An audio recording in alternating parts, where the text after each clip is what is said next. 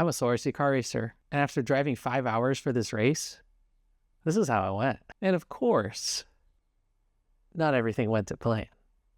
So it's race day, I wake up, and I load everything into the truck.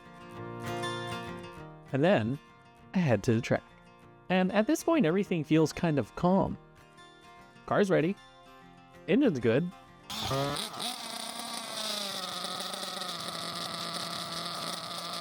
Everything we fixed the night before seems just fine. Which usually means something's about to go wrong. So yeah, I got a little bit of practice in to see how the track is doing. And overall, the track is really good. It's pretty fast and pretty technical. But there is one thing in play. Tire wear. And when tire wear comes into play, I have to make some decisions that may or may not work out for me. That might be a little bit important later. So the e-buggy goes out first for qualifying, and honestly, qualifying went rather well, uneventful. No big crashes or no major issues, just, slow RC car racer things. Not very fast, which, by the way, that's my specialty. And moving on to Nitro buggy qualifying, it feels more or less the same. Not super fast, but boy, was I having a heck of a time out there. In a good way, though. Like, I was having a ton of fun out there. And having a ton of fun out there, honestly, that was the goal. When first round of qualifying, there was a moment that kind of stopped all the fun from happening. Caution! One of the marshals went down pretty hard. He tripped on the pipe in one of the sections trying to marshal a car, and he banged his head pretty good. They stopped the race to make sure he was okay. Obviously, that's the most important thing. We want to be safe, and we want to have fun. Fortunately, though, he's okay. And he actually finished the rest of his races that day. What a beast. And that says a lot about a guy. Though, I wonder what color his head is today.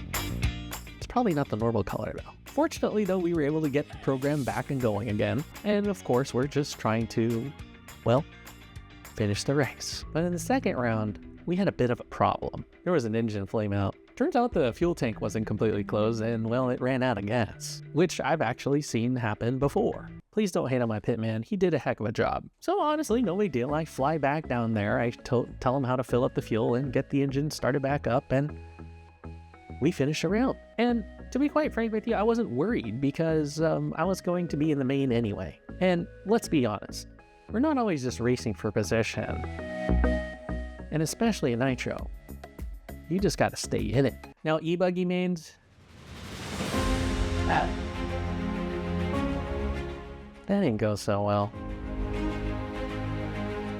Well, the order of events had changed, and I didn't really take that information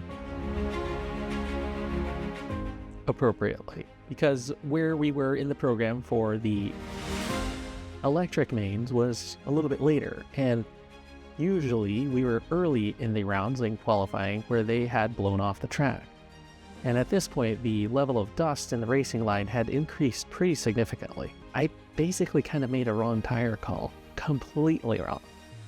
And once that happens, you're kind of just going along for the ride, minimizing damage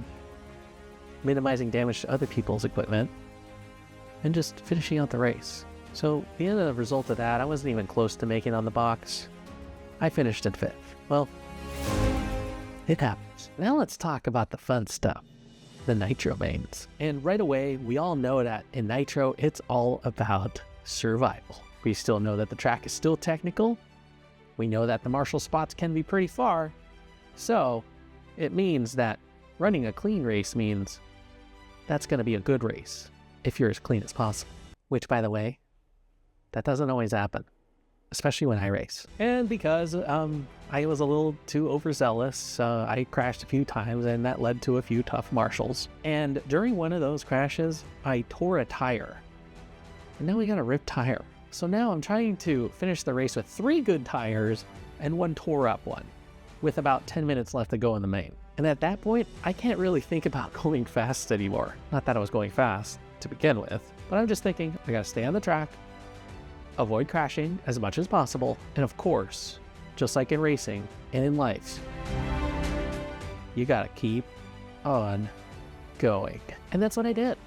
I kept on going. I did my best to keep the car together as much as possible. And somehow, when the final bell rings, I finished second. I'll definitely take that. After the race is over, one of the best parts of my day had happened. Seeing the reaction of my pit guy. It was his first time doing it, and he was like super into it too. Seeing his reaction after the race was probably better than the result. So anyway, we pack everything up to get out on the track because, well,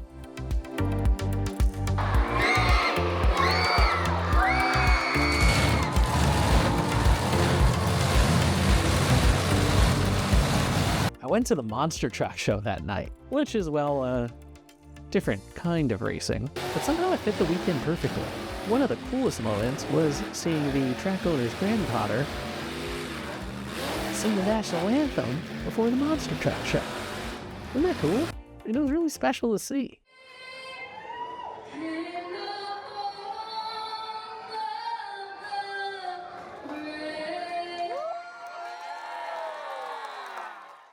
And then, well, it's to drive home. Well, we run into a little bit of weather. Of course, a long 300-mile drive, about 5 hours, and a lot of time to think about the weekend. And honestly, when I was driving home, thinking, I'm like, this is why I do this. It's not for the results, but it's for the people, the places, the experiences, the adventure. I got to meet some subscribers. I got to meet some cool people. It was an awesome weekend, and I guess it all came together after all, despite starting my vacation being kind of bored. So 5 hours there, 5 hours back. Yeah, I'd do it again. And just like that, you went racing with me. JV Goes Racing. We'll see you at the next one.